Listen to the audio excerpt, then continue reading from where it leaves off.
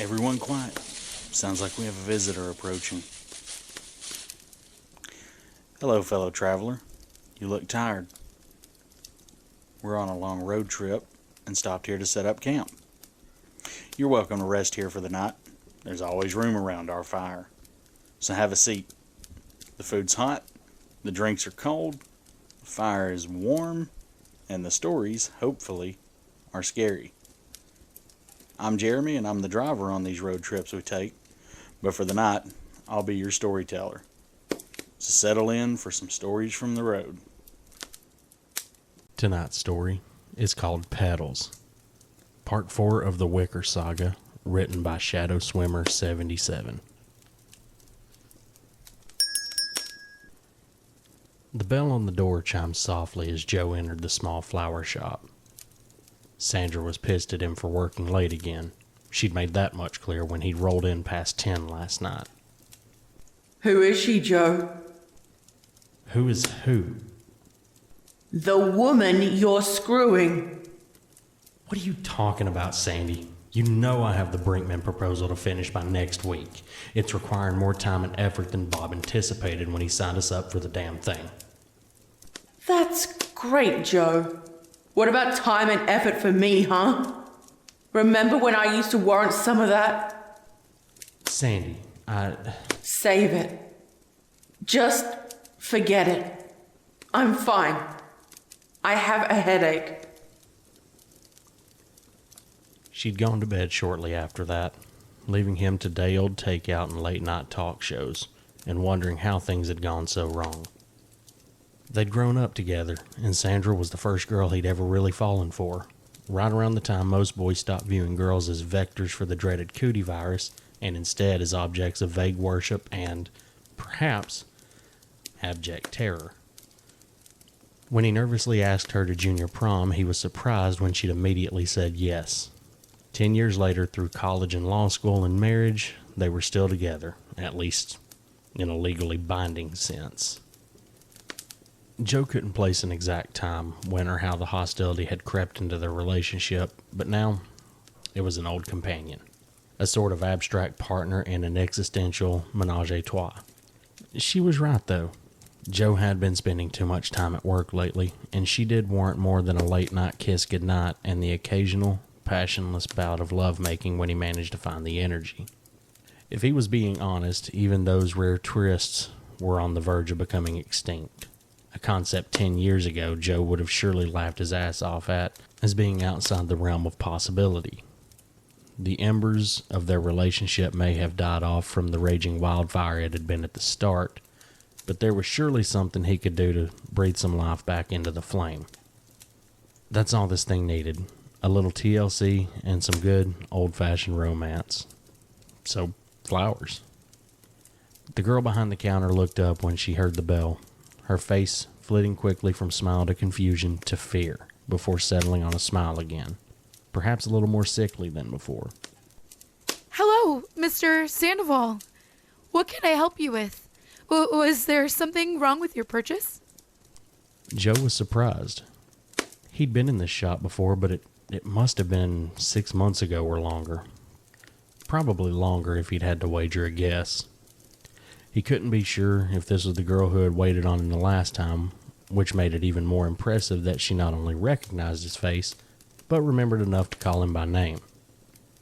The girl was pretty, about 18, short brown hair, and a light dusting of freckles across her nose. He glanced at her name tag.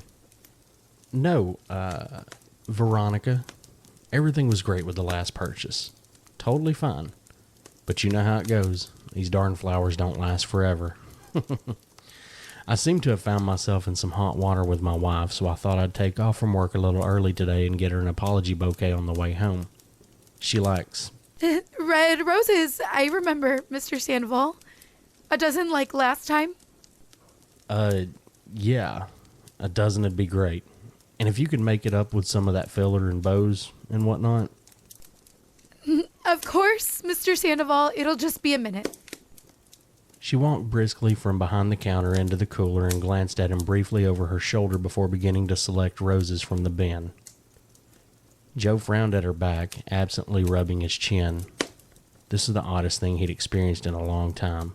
Granted, a dozen red roses must be a pretty common choice of bouquet, but the girl must have some kind of photographic memory to keep track of individual customers' orders on top of everything else. Heck of a thing to waste as a clerk at a florist shop. He looked down and noticed a small drop of red on his hand from where he'd touched his face. Must have cut himself shaving this morning and reopened it accidentally. Veronica finished selecting the flowers and brought them over to another table. Joe noticed her hands were shaking as she arranged some baby's breath and staggered the roses before tying the arrangement off with a red bow. She returned to the counter. That'll be 30 even, Mr. Sandoval. Credit again? Huh? Yes, credit, that's right. Joe fumbled to pull his wallet out of his pocket and find his visa before handing it over. It was maybe a little harder than it should be because of an odd bruise across the back of his hand. Where'd that come from? She swiped the plastic on a little device next to the register and handed him the bill and the pen. Here you are, sir. Please sign there. Thanks. Say, if you don't mind me asking, how do you remember so much about me?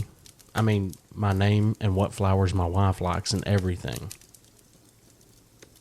He glanced to see Veronica had taken a step back. She was standing rigid, arms straight and hands by her sides, a look of confusion on her face. What's the matter? Mr. Sandoval, are you all right? What? Yeah, I'm fine. Look, are you still worried about the flowers from last time or something? That was 6 months ago. The girl's confused look turned to one of fear, her lips quivering. Mr. Sandoval, you were here maybe an hour ago and there's something on you, all over you.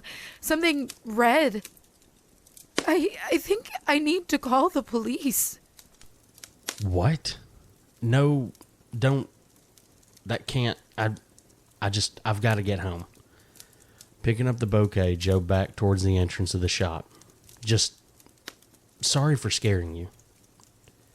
He tripped through the door, bell ringing angrily, and ran to his car, practically throwing himself into the driver's seat. He sat there for a moment, a dozen thoughts whirling around in his head. What Veronica said was impossible. Joe had no idea what the hell that was all about, but knew he had to get home. Get home to Sandy and save their relationship. He could make everything all right if he could just get home.